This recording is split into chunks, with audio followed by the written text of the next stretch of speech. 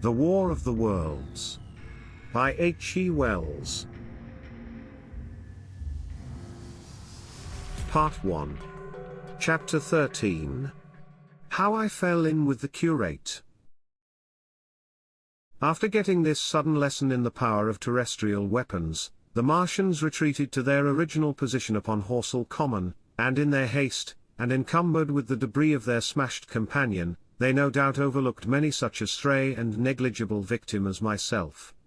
Had they left their comrade and pushed on forthwith, there was nothing at that time between them and London but batteries of 12-pounder guns, and they would certainly have reached the capital in advance of the tidings of their approach, as sudden, dreadful, and destructive their advent would have been as the earthquake that destroyed Lisbon a century ago.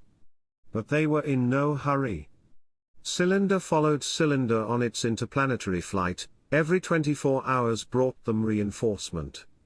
And meanwhile the military and naval authorities, now fully alive to the tremendous power of their antagonists, worked with furious energy.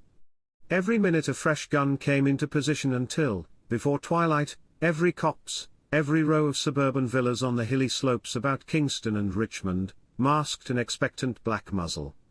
And through the charred and desolated area, perhaps 20 square miles altogether, that encircled the Martian encampment on Horsell Common, through charred and ruined villages among the green trees, through the blackened and smoking arcades that had been but a day ago pine spinneys, crawled the devoted scouts with the heliographs that were presently to warn the gunners of the Martian approach. But the Martians now understood our command of artillery and the danger of human proximity, and not a man ventured within a mile of either cylinder, save at the price of his life. It would seem that these giants spent the earlier part of the afternoon in going to and from, transferring everything from the second and third cylinders, the second in Addlestone Golf Links and the third at Purford, to their original pit on Horsell Common. Over that, above the blackened heather and ruined buildings that stretched far and wide, stood one as sentinel, while the rest abandoned their vast fighting machines and descended into the pit. They were hard at work there far into the night, and the towering pillar of dense green smoke that rose therefrom could be seen from the hills about Merrow, and even, it is said, from Banstead and Epsom Downs. And while the Martians behind me were thus preparing for their next sally, and in front of me humanity gathered for the battle, I made my way with infinite pains and labour from the fire and smoke of burning Weybridge towards London.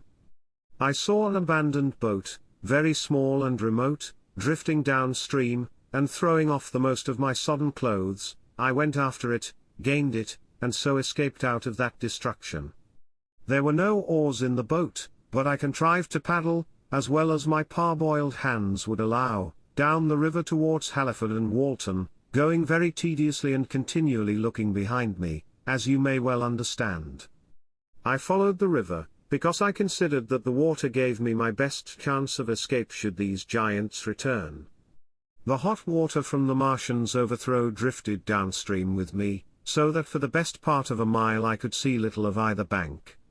Once, however, I made out a string of black figures hurrying across the meadows from the direction of Weybridge. Halliford, it seemed, was deserted, and several of the houses facing the river were on fire. It was strange to see the place quite tranquil, quite desolate under the hot blue sky, with the smoke and little threads of flame going straight up into the heat of the afternoon. Never before had I seen houses burning without the accompaniment of an obstructive crowd. A little farther on the dry reeds up the bank was smoking and glowing, and a line of fire inland was marching steadily across a late field of hay. For a long time I drifted, so painful and weary was I after the violence I had been through, and so intense the heat upon the water. Then my fears got the better of me again, and I resumed my paddling. The sun scorched my bare back. At last, as the bridge at Walton was coming into sight round the bend, my fever and faintness overcame my fears, and I landed on the Middlesex bank and lay down, deadly sick, amid the long grass. I suppose the time was then about 4 or 5 o'clock. I got up presently, walked perhaps half a mile without meeting a soul, and then lay down again in the shadow of a hedge. I seem to remember talking, wonderingly, to myself during that last spurt. I was also very thirsty, and bitterly regretful I had drunk no more water. It is a curious thing that I felt angry with my wife. I cannot account for it, but my impotent desire to reach Leatherhead worried me excessively. I do not clearly remember the arrival of the curate, so that probably I dozed. I became aware of him as a seated figure in soot-smudged shirt sleeves, and with his upturned, clean-shaven face staring at a faint flickering that danced over the sky.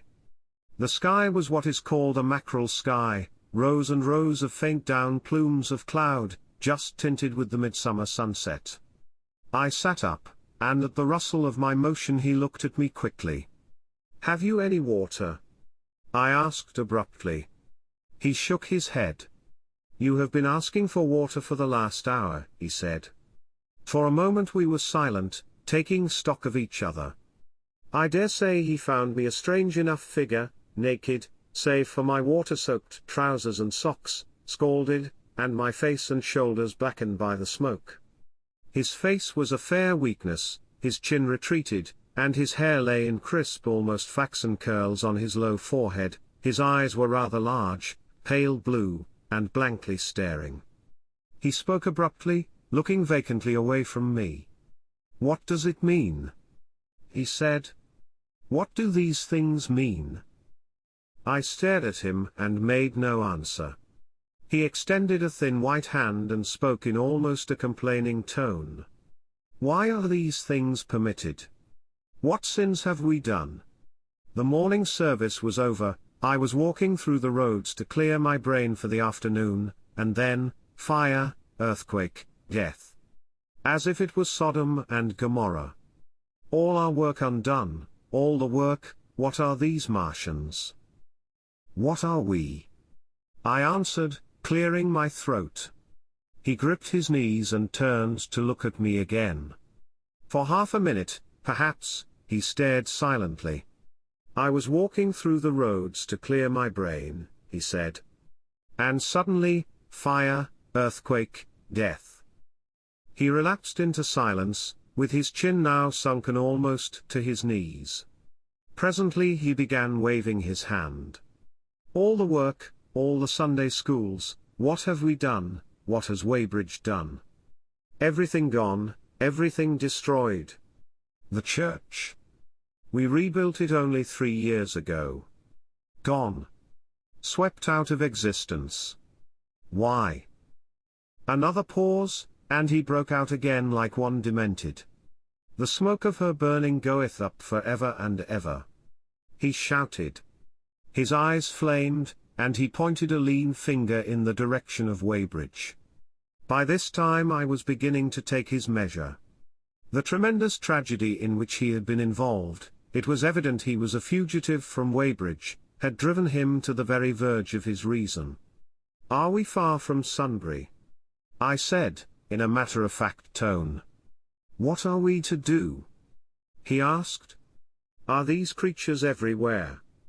Has the earth been given over to them? Are we far from Sunbury?" "Only this morning I officiated at early celebration." "Things have changed," I said, quietly. "You must keep your head. There is still hope." "Hope?" "Yes. Plentiful hope, for all this destruction." I began to explain my view of our position.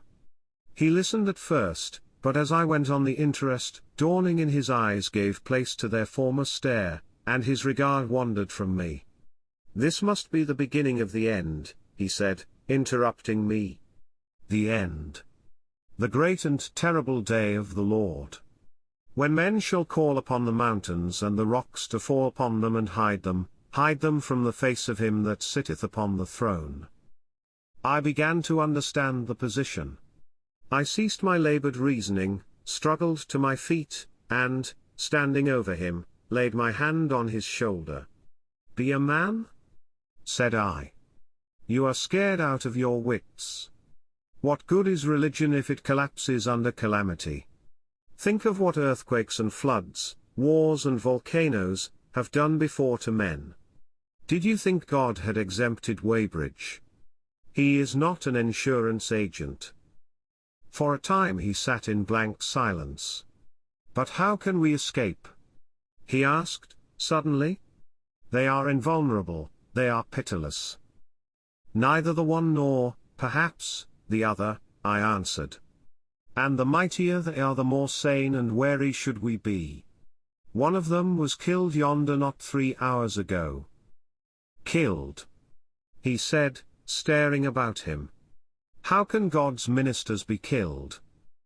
I saw it happen. I proceeded to tell him. We have chanced to come in for the thick of it, said I, and that is all. What is that flicker in the sky? He asked abruptly. I told him it was the heliograph signaling, that it was the sign of human help and effort in the sky. We are in the midst of it, I said, quiet as it is.